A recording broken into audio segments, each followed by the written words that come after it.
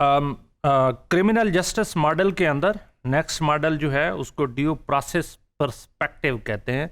ये due process perspective basically due process of criminal justice system की बात करता है कि क्रिमिनल जस्टिस सिस्टम भी बाज़-औक़ात लेस क्रिमिनल्स को ज़्यादा बड़े क्रिमिनल बनाता है अगर उसके अंदर अनजस्ट बिल्ट इन हो। ये बहुत सारी डेवलपिंग कंट्रीज़ में भी हो सकता है, but highly developed countries are not exception. और ये जो हम ऑथर पढ़ रहे हैं लैरी जे सीगल, ये चूँकि अमेरिकन से अमेरिकन सिस्टम की ज़्यादा एग्जांपल देता है, तो हम ये कह सकते हैं कि ये जो ड्यू प्रोसेस इन लॉ के अंदर जो इनबिल्ट फॉल्ट हैं वो किसी एक सोसाइटी तक, ये सिर्फ डेवलपिंग कंट्रीज़ का प्रॉब्लम नहीं है बल्कि it's also part of the developed world. इसके मुताबिक every person deserves his or her full constitutional rights and privileges. वो कहता है कि जैसे एक आम एक इंडिविजुअल जो है कॉमन मैन के कॉन्स्टिट्यूशनल राइट्स हैं या लीगल राइट्स हैं, इसी तरह से ऑफेंडर या क्रिमिनल्स के भी कॉन्स्टिट्यूशनल राइट्स हैं और प्रिविलेजेस हैं। और according to Larry J Siegel, preserving democratic ideals, यानी अमेरिकन जो है वो डेमोक्रेटिक वैल्यूज़ को बहुत ज़्यादा इम्पोर्टेंस देते हैं और वो समझते हैं कि they are the first people who gave a really good democratic malik according to this author, not according to me, take precedence over the need to punish the guilty।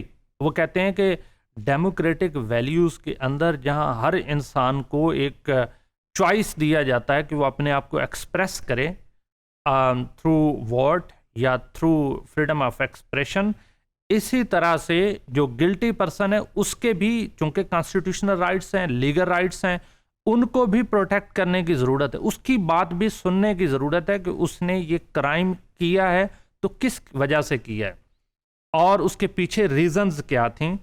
और वो कहते हैं कि पनिशमेंट ठीक है आप दें, लेकिन वो प्रोपोर्शनेट हो, उसकी बात भी पहले सुने, उसकी जस्टिफिकेशन भी सुने, वो किन सर्कमस्टांसेस ने उसने क्राइम किया। और अगर इवन आगे वो बड़ी इंटरेस्टिंग बात करता है कि अगर उसको फ्री भी किया जा सकता है तो कोई मसला नहीं है।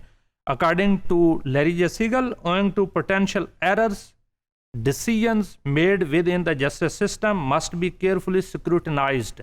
वो कहता है कि जो जस्टिस सिस्टम है, यानी पुलिसिंग के दरमियान, यानी जब पुलिस के पास वो क्राइम डिटेक्ट कर रहे थे तो उनसे भी एरर्स हो सकते हैं, उनसे भी गलतियाँ हो सकती हैं। एविडेंसेस जो हैं उनके अंदर फॉल्ट हो सकता है, they could not be systematic, they could not correspond with each other, they do not depict the complete picture of the crime. तो उसको केयरफुली स्क्रूटनाइज करने की ज़रूरत है कि अगर इसके बगैर किसी को सज़ा होती है तो इसका मतलब ये है कि वो सोसाइटी को सज़ा दी जा रही है, क्योंकि individual is a productive member of the society. Larry J Siegel कहता है कि steps taken to treat all defenders regarding social and economic status. वो कहता है कि ये जो क्रिमिनल्स हैं इस मॉडल के अंदर, यानी ड्यू प्रोसेस पर्सपेक्टिव के अंदर, कि जो क्रिमिनल को सज़ा दी जाती है तो उसका भी ट्रीटमेंट उसी तरह से होनी चाहिए जैसा कि डिफेंडर्स या दूसरे इंडिविजुअल जिसके खिलाफ क्राइम किया गया है, तो उसके राइट्स हैं तो इसके भी राइट्स हैं। और उन दोनों के अगर सोशो इकोनॉमिक स्टेटस में भी फ़र्क है तो इट डज़ नॉट मैटर। यानी यहाँ बार बार इस पूरे प्रोसेस के अंदर फोकस ये है कि जो ड्यू प्रोसेस ऑफ लॉ चल रहा है, अगर वो विक्टिम को इम्पोर्टेंस दी जा रही है तो ऑफेंडर्स को भी इम्पोर्टेंस देने की ज़रूरत है। ऑफेंडर्स को टेकन फॉर ग्रांटेड या सिर्फ इल कंसिडर नहीं करना चाहिए, उसको एज ए मेंबर समझते हुए, उसे पार्ट ऑफ द सोसाइटी समझते हुए उसकी बात को भी इम्पोर्टेंस देने की ज़रूरत है। आगे लैरी जे सीगल कहता है illegally seized evidence should be suppressed.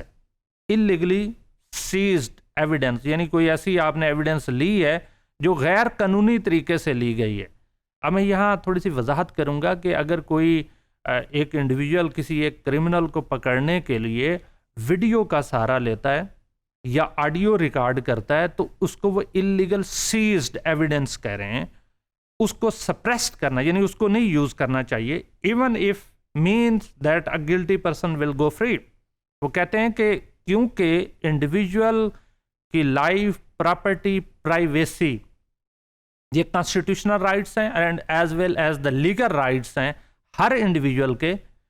तो जहां विक्टिम के राइट्स की बात हो रही है, वहां गिल्टी ऑफेंडर्स के राइट्स को भी ये प्रोटेक्ट होना चाहिए। और अगर कोई ऐसी एविडेंस ली जाती है जो लॉफुल तरीके से नहीं ली गई, या किसी को मजबूर किया गया है, या किसी को टार्चर किया गया है और टार्चर करने के बाद उससे कन्फेस कराया गया है कि हाँ मैंने ये क्राइम किया है, तो उसको कोर्ट ऑफ लॉ के अंदर during the process of prosecution one must be get free. अगर वो होता है तो उसको कर दें, क्योंकि वो सारा इलीगल प्रोसेस है, यानी वो ड्यू प्रोसेस ऑफ लॉ नहीं है। अगर इसको हम सामने रखें तो it seems very difficult to prove a crime. Sixth assumption according to Larry J Siegel इस ड्यू प्रोसेस पर्सपेक्टिव की ये है, despite of the cost the government should set up free legal counsel at every stage of the justice system to prevent abuse. यानी इस जो criminal justice system का model है वो कहता है कि अगर कोई एक इंडिविजुअल कास्ट बेयर नहीं कर सकता अपना वकील रखने की, तो ये गवर्नमेंट की जिम्मेदारी है कि उसको वकील प्रोवाइड करे, ताकि वो अपने जितने भी उसके एक्शंस हैं उनको डिफेंड कर सके, उसके राइट्स को डिफेंड किया जा सके और उसे इक्वल चांसेस दिए जाएं in due process of law. कि उसके ऊपर जो इल्ज़ाम लगाया गया है, अक्यूज़ किया गया है कि मैंने ये यानी उस इंडिविजुअल ने ये गलतियां की हैं, ऑफेंडर ने, तो उसको उस ऑफेंस को डिफेंड करने का भी हक दिया जाए, और वो थ्रू काउंसिल या लीगल एडवाइज़र के या लॉयर के थ्रू हो सकता है। तो इस क्रिमिनल जस्टिस मॉडल के अंदर जो हमने पढ़ा ड्यू प्रोसेस लॉ पर्सपेक्टिव के अंदर, कि जो क्राइम क्रिमिनल है और ऑफेंडर है और विक्टिम दोनों के इक्वल राइट्स हैं, यानी ऑफेंडर्स के भी राइट्स हैं और क्रिमिनल्स के भी राइट्स हैं, ऑफेंडर्स के भी राइट्स हैं और विक्टिम के भी राइट्स हैं। विक्टिम के राइट्स अगर उसको प्रोटेक्शन किया जा रहा है, स्टेट कर रही है, गार्ड कर रही है, तो ऑफेंडर के राइट्स को भी स्टेट को गार्ड करना चाहिए, बेशक उसके ऊपर जितनी कास्ट आती हो, क्योंकि दोनों मेंबर्स हैं सोसाइटी के। चूँकि दोनों मेंबर्स हैं और डेमोक्रेटिक वैल्यूज़ के अंदर ये है कि हम आपने हर एक को इक्वल चांस देना है कि वो अपने राइट्स और ड्यूटीज़ को डिफेंड कर सके। तो इस पर्सपेक्टिव के अंदर ये है कि हर एक को इक्वल चांस दिया जाए अपने आप को डिफेंड करने का। उसके लिए लॉयरिंग की ज़रूरत है तो वो दें। उसके लिए अगर एक इंडिविजुअल के ख़िलाफ़ कोई एविडेंस जो है वो इलीगल मींस के थ्रू ली गई है तो उसको डिस्कार्ड कर दें, उसे कंसीडर ना करें, उसको बेनिफिट ऑफ डाउट दें। और benefit of doubt is always against as per jurisprudence principle. Benefit of doubt यानी एविडेंस में कहीं पे कोई प्रॉब्लम है, डाउट है, the benefit will go to the offender, यानी क्रिमिनल को उसका बेनिफिट दिया जाता है। यानी इसका मतलब ये है कि आप किसी इंडिविजुअल को गलत सज़ा मत दें, उसको ड्यू प्रोसेस ऑफ लॉ के थ्रू गुजार के फिर आप सज़ा दें, तो वो जो सज़ा होगी उसका इम्पेक्ट होगा सोसाइटी के अंदर और उसकी वजह से क्राइम भी कम होंगे और ओवरऑल सोसाइटी के अंदर सोशल सॉलिडारिटी का एलिमेंट भी बढ़ेगा, इंटीग्रेशन बढ़ेगी। ऑल्दो कि वो इंडिविजुअल ने सोसाइटी के अगेंस्ट क्राइम किया है, बट ही और she may be treated as जैसे कि हम बीमार को ट्रीट करते हैं, उसी तरह से उसको बेनिफिट ऑफ डाउट देते हुए कि उसके अंदर, क्योंकि वो सोसाइटी का मेंबर है, सोसाइटी ने ही उसे क्रिमिनल बनाया, तो सोसाइटी ही दोबारा से उसको इंटीग्रेट करने की और वापस लाने की, नॉर्मल लाइफ गुजारने के लिए सोसाइटी ही जिम्मेदार है। और सोसाइटी को जिम्मेदारी लेते हुए जो ड्यू प्रोसेस ऑफ लॉ है उसके अंदर किसी किस्म के लकूनाज नहीं रखने चाहिए। That should be transparent, that should be open.